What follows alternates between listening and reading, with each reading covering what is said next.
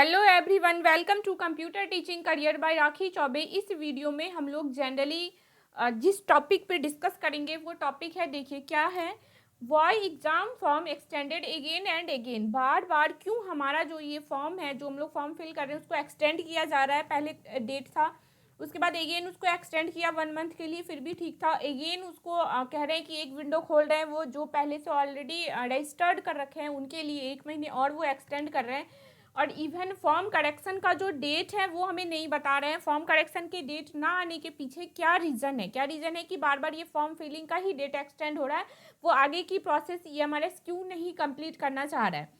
Second thing, इस topic पे बात करेंगे कि ये जो एग्ज़ाम है हमारा वो कब होगा, क्योंकि मेन 2 कमेंट मैंने उठाए हैं, क्योंकि मैंने पोस्ट किया था जब कमेंट करे तो काफ़ी सारे सर्वे से रिलेटेड थे।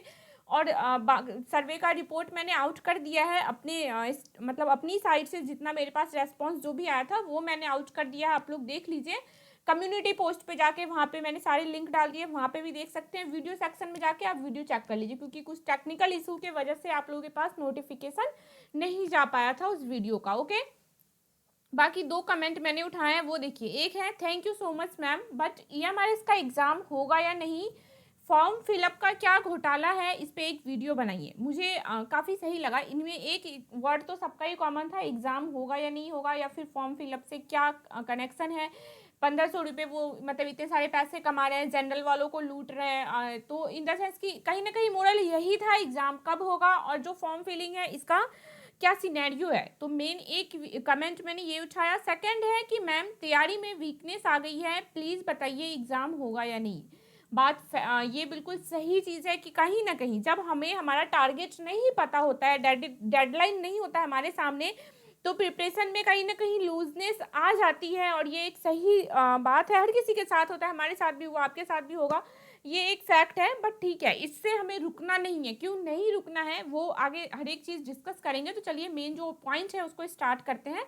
वाई एग्ज़ाम फॉर्म, मतलब एग्ज़ाम फॉर्म जो है वो क्यों एक्सटेंड हो रहा है अगेन एंड अगेन, बार बार। जो हमारा एग्ज़ाम फॉर्म है उसको क्यों एक्सटेंड कर रहा है EMRS, क्या रीज़न है इसके पीछे। तो देखिए, इसके पीछे कई सारे रीज़न है जो आप सभी के सामने है, कोई छिपा हुआ नहीं है। बट मैं कुछ जो वैलिड पॉइंट्स हैं, जो मुझे सही लगता है, मैं उसको आप लोगों के सामने रख रही हूँ।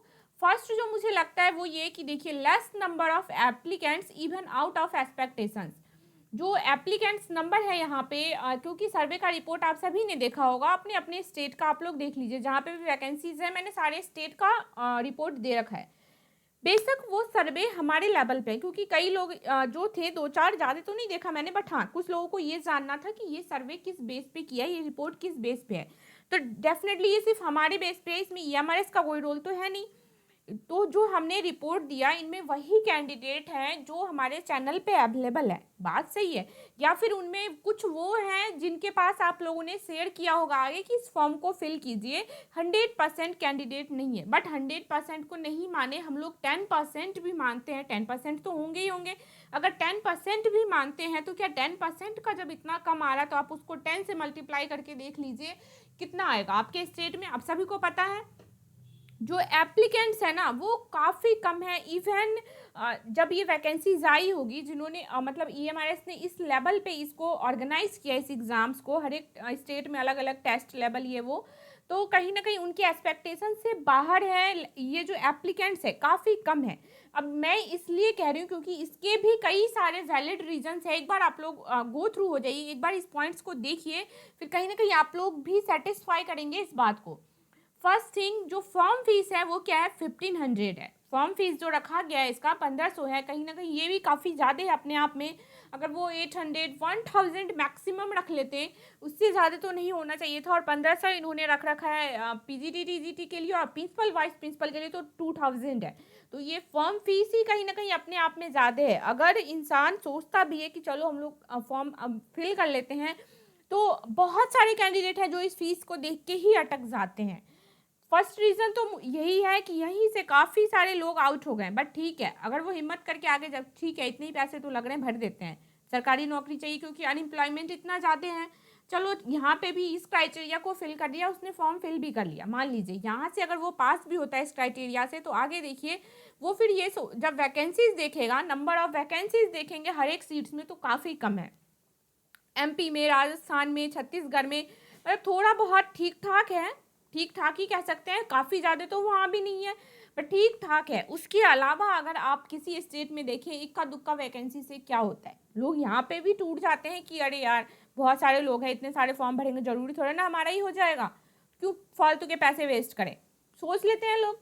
तो कहीं ना कहीं ये जो नंबर ऑफ सीट्स है ना, ये भी बहुत बड़ा फैक्टर है और इसलिए लोगों ने अप्लाई नहीं किया है। थर्ड जो इसका एक बहुत बड़ा ये मतलब बहुत ही मैं मेजर रोल मानती हूँ इसका, वो क्या है, आउटसाइड द सिटी। जो हमारा मतलब लाइक कि जो जॉब एरिया है जहाँ पे आपको काम करना है, वो आउटसाइड द सिटी है, हमारे खुद के जहाँ पर रह रहे हो उसी सोसाइटी में, उसी कॉलोनी में, या फिर कोई डेवलप्ड मेट्रो सिटी में आप मान लो वहाँ भी नहीं है जॉब के, लोग खुश होकर बोलेंगे दिल्ली में मेरी गवर्नमेंट जॉब लगी, मुंबई में मेरी गवर्नमेंट जॉब लगी, तो ऐसा भी कोई सीन है नहीं कि लोग खुश होकर जाएंगे। तो फिर ये जो एरिया है ना कि घर से दूर और ऐसे ट्राइबल एरियाज़ में ट्राइबल बच्चों को पढ़ाना, तो कहीं ना कहीं ये एक बड़ा फैक्टर है, लोग यहाँ से पीछे हट जाते हैं। बहुत सारी फैमिलीज़ हैं, बहुत सारे लोग होंगे जो अकेले होंगे घर में करने वाले, तो वो अपने फैमिलीज़ को छोड़ के नहीं जा सकते, नहीं अलाउ करेंगे, उसकी फैमिली नहीं अलाउ करेगी, या वो खुद नहीं जाना चाहेंगे, तो नहीं उन लोगों ने भी फॉर्म नहीं फिल किया होगा उस एरियाज़ में, सिर्फ वो घर की दूरी जाने की वजह से। दूसरी इसमें ये भी एक कंडीशन फिट बैठता है कि मान लीजिए कई सारे ऐसे लोग हैं जो नहीं चाहते हैं दूर जाना, अभी मेरे माइंड में था, मिस हो गया, चलिए बीच में आएगा तो मैं उसको बता दूंगी। नेक्स्ट है, मान लीजिए कि देखिए most of the family is not allowed to live there. बहुत सारे फैमिली हैं जो अलाउ नहीं करते हैं, कैंडिडेट की बात कर रहे हैं, तो कैंडिडेट की फैमिली की बात कर रही हूँ मैं यहाँ पे, कि जैसे हमारे आपकी बात कर रही हूँ, तो हमारी फैमिली जो है वो अलाउ नहीं करेंगी वहाँ पे रहने के लिए, क्योंकि बहुत सारे लोग ऐसे हैं जिनमें अभी ये अवेयरनेस नहीं है कि ये मतलब ऐसा कहा जा रहा है ये रेसिडेंशियल जॉब है तो कंपलसरी है आपको वहीं पे रहना है और वहीं पे पढ़ाना है। सच बताऊँ ट्रूली, अगर आप नोटिफिकेशन देखिए तो वहाँ पे कहीं पे ये भी नहीं लिखा है कि आप अपने घर से आके वहाँ पे पढ़ाएंगे और फिर अगेन आप छुट्टी के टाइम अपने घर जा सकते हैं, कहीं पे ये भी चीज़ ये हमारे इसकी साइड से मेंशन नहीं है। बट हाँ, कोई एक एप्लीकेंट है, आई थिंक हमारे ही चैनल पे टीचर थे ये हमारे इसके, तो उन्होंने बताया था कि वो खुद मतलब उसके एरिया में ही कहीं आसपास होगा तो वो खुद जाती हैं वहाँ पे पढ़ाती हैं, टीचर है बट गेस्ट टीचर है, क्योंकि आज तक तो परमानेंट वैकेंसी हुई नहीं है वहाँ पे, तो गेस्ट टीचर है, वो वहाँ जाती हैं और वापस आती हैं। मे बी वो सिर्फ गेस्ट टीचर के लिए हो या अब तक वैलिड हो, अभी भी हो सकता है वैलिड की, बट ये ईएमआई की साइड से कुछ क्लियर नहीं है कि आप जा सकते हैं अगेन, आप अपने घर अगर पास में आपका तो आप आ भी सकते हैं। अभी तक तो यही है कि ये रेसिडेंशियल जॉब है, वहाँ पे आपको रहना है, क्वार्टर आपको मिलेगा आराम से, जो भी टीचर्स का होता है हर जगह फैकल्टी का अलग से क्वार्टर बने होते हैं, वहाँ पे आपको रहना है। तो कई सारे लोग हैं जो इस वजह से भी नहीं जा रहे हैं। सेकेंड थिंग इसमें जो देखिए most of the family not allowed to live there, मतलब वो अलाउ नहीं करेंगे कैंडिडेट को रहने के लिए। मैं किसी और का नहीं कह सकती, मैं अपना पर्सनली अगर एग्जांपल लूँ, आप लोग इसी से समझ जाइएगा। देखिए जो फीमेल्स कैंडिडेट होती है ना, आप मान के चलिए आपको यहाँ पे फीमेल कैंडिडेट काफ़ी कम मिलेंगी, क्यों? अगर अपन मैरिड की बात करें तो कहीं ना कहीं चलिए उसके फैमिली वाले ये भी हैं कि अलाउ कर दें, मैरिड में बहुत ही कम होंगी जो अपने फैमिलीज़ को छोड़ के और वहाँ पे जाके सिर्फ उस जॉब के लिए रहेंगी, क्योंकि हर एक के लिए पॉसिबल नहीं है फॉर्म फिल कर मतलब एक जॉब के लिए वहाँ पे रहना। कई सारे लोग वो रेडी भी होंगे नो डाउट, बट कई बहुत सारे मोस्ट ऑफ द मेजोरिटी में आप केसेस देखोगे तो मैरिड पर्सन के लिए, मैरिड वुमेन के लिए वहाँ पे रहना सुटेबल नहीं है, नहीं हो पाएगा, वो अपने फैमिलीज और उन सबको बैलेंस करना डेट सेट वो नहीं कर पाएंगे। तो कहीं ना कहीं आप वुमेंस की बात करें तो काफ़ी सारे वुमेंस, आप 80 to 90% वुमेंस ले सकते हैं कि इस वैकेंसी से ऐसे ही आउट हैं, मतलब उन्होंने फॉर्म फिल ही नहीं किया होगा। मैं अपना पर्सनली बताऊं तो मैंने भी सोचा था कि मैं फॉर्म फिल करूं, अप्लाई करूं इसमें, मैंने अपनी फैमिली से डिस्कस भी किया क्योंकि सैलरी काफ़ी सही है, और अगर मेरे अंदर एक फीलिंग्स है लाइक कि मुझे हमेशा से ही पसंद था मैं ऐसे बच्चों को पढ़ाऊँ। मैं अभी बहुत कम एज से ही मैं ऐसे ट्यूशन्स देती थी, जब मैं इवन कॉलेज में थी तो हमने वहाँ पे एक स्टार्ट भी किया था, आप एनजीओ टाइप कह लो या कि छोटा, उस एरिया के जो बच्चे थे वहाँ पे राजस्थान में क्या होता था कि लोग थे जो मतलब ट्राइबल आप उसी टाइप से कह सकते हैं कि वैसे बच्चे थे। तो हम पता है हम लोगों ने कॉलेज में ही स्टार्ट किया था कि वो बच्चे आएंगे वहाँ पढ़ेंगे। तो मुझे हमेशा से इंटरेस्ट था, इस वजह से मैंने इसमें अप्लाई करने का सोचा भी था, बट हमारी फैमिलीज ने मना कर दिया कि नहीं, मतलब वहाँ पे रह के जाके पढ़ाना सही नहीं है, मतलब वो सही नहीं है इन द सेंस कि वो अलाउ नहीं करेंगे इस चीज़ के लिए। तो मेरे जैसी बहुत सारी कैंडिडेट होंगी जो इस वैकेंसी से आउट हो गई हैं सिर्फ इस रीज़न की वजह से। तो आपके एप्लीकेंट यहाँ पे भी कम हो चुके हैं। अब देखिए सेकंड थिंग जो है, ऑल आर नॉट, लास्ट जो है एक ये कि all are not interested in teaching at such level of study. ये एक बहुत ही लॉजिकली फिट होगा, इसमें आप इसको अच्छे से समझिए, इसमें काफ़ी सारे मीनिंग है। आप नेगेटिव वे में मत लीजिएगा, एक बार इसको पॉजिटिव वे में सोच के देखिए कि इसके पीछे क्या रीज़न है और ये जो पॉइंट्स है ये कह क्या रहा है। कहने का मतलब ये है कि देखिए कई सारे लोग हैं, मैंने अपना बताया ना भी कि मुझे इंटरेस्ट है हमेशा से ऐसे बच्चों को पढ़ाने में, जो भी हमें आता है थोड़ा बहुत ही अगर हमारे पास नॉलेज है उनको शेयर करने में, कुछ बच्चों को ऊपर उठाने में। तो इन सब चीज़ों में हर एक किसी का इंटरेस्ट नहीं होता है। अगर मैं अपनी बात करूँ, मैंने कभी अपने लाइफ में नहीं सोचा था, क्योंकि हमारी सोसाइटी का एक सिस्टम है, पता है क्या, कि हम अपने बच्चों को गवर्नमेंट स्कूल में नहीं भेजना चाहते हैं। मतलब पढ़ाने के लिए अगर बात करें क्या आप अपने बच्चों को एडमिशन दिलाना चाहोगे गवर्नमेंट स्कूल में पढ़ाने के लिए? क्या उनका करियर आप बनाना चाहोगे? नहीं। बहुत सारे हमारे सिस्टम ही ऐसा है कि हम लोग अपने घर के बच्चों को नहीं भेजना चाहते हैं उस गवर्नमेंट स्कूल में, बट हम लोग जाके पढ़ाना चाहते हैं वहाँ पे, जॉब पाना चाहते हैं उस स्कूल में, बट बच्चों को नहीं भेजना चाहते खुद पढ़ने के लिए उस स्कूल में। तो ये एक सिस्टम है कि लाइक कई सारे लोग हैं जो उस लेवल पे नहीं जाके पढ़ाना चाहते, उनको इंटरेस्ट नहीं होता है। मैं भी पहले हमेशा मैं सोचती थी, मतलब जो भी ठीक है, बहुत सारी फील्ड हैं, जब कभी हम लोग पर्सनली बात करेंगे उस पर डिस्कस करेंगे। अभी तो यहाँ पे जो पॉइंट्स है मेनली कहने का ये है कि उस लेवल के बच्चों को उस एरियाज में जाके नहीं पढ़ाना चाहते। कई सारे हैं जो अपना एक रेपुटेशन मेंटेन करना होता है ना, लाइक कि अब देखिए आप अगर बात करते हैं सीबीएसई स्कूल की, आईसीएसई की, मतलब इसकी बात करें आप तो क्या होगा, मैं एक क्रिश्चन लाइक कि जैसे मैरी क्रिश्चन में मैं स्कूल में पढ़ाती थी। तो पता है वहाँ पे इन द सेंस कि आपको एक अलग फील आएगा, एक अच्छा डिग्निटी मेंटेन होता है। आप जब जॉय स्कूल में एंटर करते हैं आप हिंदी का एच नहीं यूज कर सकते, आप तो आपको भी वहाँ पे ऐसा लगेगा ना कहीं आपकी भी नॉलेज स्किल्स का ग्रोथ का, जो आपका कम्युनिकेशन है उन सब का डेवलपमेंट होता है। जो आप चाहे भी तो गवर्नमेंट स्कूल में कहीं ना कहीं ये चीज़ें थोड़ा सा लो हो जाती है, सैलरी ठीक है अच्छी मिलती है, लेकिन बट कई लोग होते हैं जो अपना एक वो इमेज मेंटेन करना चाहते हैं, तो इस वजह से नहीं जाना चाहते वहाँ पे। जैसे आप केवीएस में बात करो, केवीएस की, तो क्या वहाँ पे जिस लेवल के बच्चे होंगे, जो ग्रोथ आपका, सैलरी दोनों जगह आपको मिल रहा है अच्छा, बट जो ग्रोथ वहाँ पे है आपका, वो ग्रोथ यहाँ पे नहीं है। आई होप आप लोग समझ पाए होंगे कि मैं क्या कहना चाह रही हूँ, इससे ज़्यादा डिटेल में बोलना सही नहीं है। तो कई सारे लोग हैं जो इस वजह से एप्लीकेबल अप्लाई नहीं किए। तो अब इन सबको एक बार पढ़िए आप, कि मान लीजिए कहीं आपके पास ऐसा सीन है कि 1500 रुपये फॉर्म फीस लग रहे हैं, ठीक है, वो अपने आप में एक ज़्यादा लग रहा है आपको। उसके बाद आप देखोगे तो नंबर ऑफ सीट्स कम है, वहीं पे आधे होप्स तो यही टूट जाते हैं लोगों के।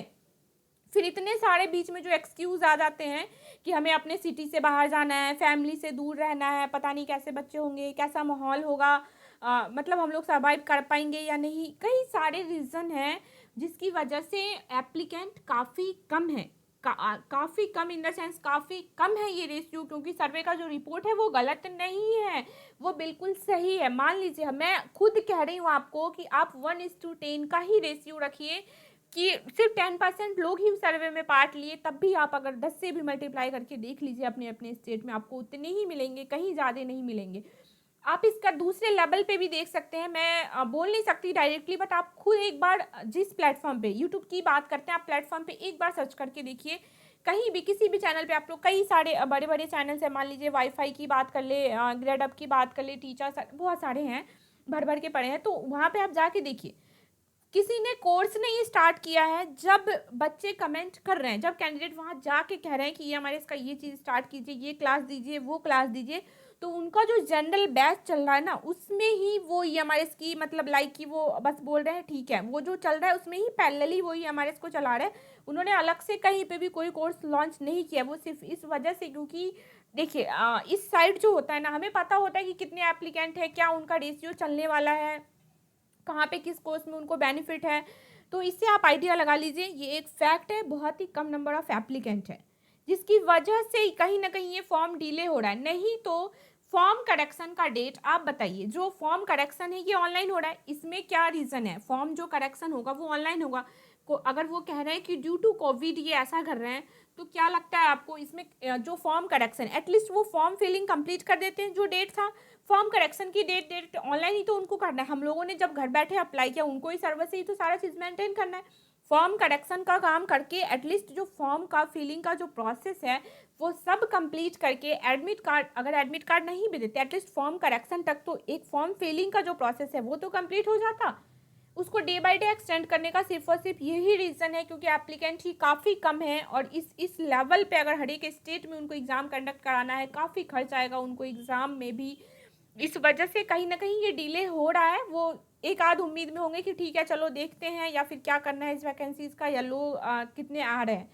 तो फॉर्म करेक्शन उनको कर देना चाहिए था, नहीं कर रहे हैं तो रीज़न वैलिड है एक ही और एक ही। मुझे कहीं कोरोना का सटीक, ठीक है कोरोना की वजह से आप एग्ज़ाम डिले कर लीजिए। DSSB को देखिए 1 साल से सो रहा था और अचानक उसने डेट निकाला और फिर इस जून में होना है, जबकि कोरोना पीक पे है, तब उनको जून में एग्ज़ाम लेना था। फाइनली वो भी कैंसिल हो गया। तो आप एग्ज़ाम को कैंसिल कर रहे हैं, डिले कर रहे हैं, तो समझ में आता है कोरोना की वजह से। फॉर्म करेक्शन और फॉर्म फिलिंग कहीं कोई रिलेशन नहीं है इनमें, क्या कहते हैं, कोरोना से। मुझे जहाँ तक मेरी समझ है, जहाँ तक मैं लॉजिकली सोच पा रही हूँ, तो मुझे वैलिड नहीं लगता ये रीज़न। और बाकी अब देखिए एग्ज़ाम कब तक होगा, क्योंकि कई सारे लोग हैं जो कह रहे हैं कि एग्ज़ाम कब तक होगा। तो एग्ज़ाम किसी के हैंड में नहीं है, ना ही ये एमआरएस की, नहीं NTA की, और नहीं हमारे हैंड में। सिचुएशन ही ऐसा है, और थर्ड वे का जो प्रेडिक्शन आ रहा है तो क्या ही कहा जा सकता है। जैसे जिस तरह सडनली ये सेकेंड लॉकडाउन हुआ, क्या पता थर्ड भी वैसा ही कुछ वेव आए और सडनली लॉकडाउन होए। तो एग्ज़ाम का कुछ कहा नहीं जा सकता है, बट जैसे ही अगर कंट्रोल में होती है तो मे बी जून जुलाई तो आप रह नहीं दीजिए, शायद ना ही हो पाए, क्योंकि वो जून तक तो ऐसे ही कैंसिल है। फॉर्म भी फिल करेक्शन नहीं हुआ, ना एडमिट कार्ड वगैरह आया, तो जुलाई तो ऐसे ही निकल जाना है। अगस्त से चांसेस हैं कि एग्ज़ाम हो जाए अगस्त में, अगर सिचुएशन कंट्रोल में है तो मे बी, अगर क्योंकि NTA का फिर स्लॉट वगैरह भी बिजी होगा और वो बार बार डेट दे के एक्सटेंड तो करेंगे नहीं, तो मे बी अगस्त में, अगस्त का फर्स्ट लास्ट मान लीजिए, या फिर सितंबर, ये तब जब हमारे कंट्री का सिचुएशन कंट्रोल में आएगा। अदरवाइज कुछ नहीं कह सकते एग्ज़ाम से रिलेटेड। तो आई होप कहीं ना कहीं ये जो मैंने पॉइंट्स रखे आपके सामने आप लोगों को भी सटीक लगा हो और अच्छा लगा हो, कहीं ना कहीं समझ पाए हो। और बाकी एग्ज़ाम का प्रिपरेशन कीजिए, कोई नेगेटिविटी नहीं लानी है। चांसेस बहुत ज़्यादा हैं, अगर हम इंटरेस्टेड हैं इसमें अप्लाई करने के लिए तो काफ़ी ज़्यादा चांसेस हैं कि हमारा सिलेक्शन इसमें होगा। आप बस लाइक कि आप अपना 100% दीजिए, जो भी आपके पास मटेरियल वगैरह अवेलेबल है आप उससे पढ़ाई कीजिए। एग्ज़ाम का टेंशन छोड़ दीजिए कि एग्ज़ाम तो होना ही है। अब जब उन्होंने पैसे लिए, फॉर्म फिल किए, वैकेंसी जाए, तो एग्ज़ाम होना ही होना है। वो आज होए कल होए, ये किसी के हैंड में नहीं है, बट एग्ज़ाम होगा ही होगा। और बहुत कम एप्लीकेंट है, इस वजह से आपकी सिक्योरिटी थोड़ी ज़्यादा हो जाती है अगर आप अच्छे से एफर्ट्स करते हैं, सही वे में करते हैं। तो इसलिए सबसे मेन पॉइंट यही है अभी फ़िलहाल, फॉर्म का और एग्ज़ाम का टेंशन छोड़ के just focus on your study. Okay, तो चलिए फिर नेक्स्ट किसी ऐसे ही लेक्चर में मिलते हैं, तब तक के लिए थैंक यू।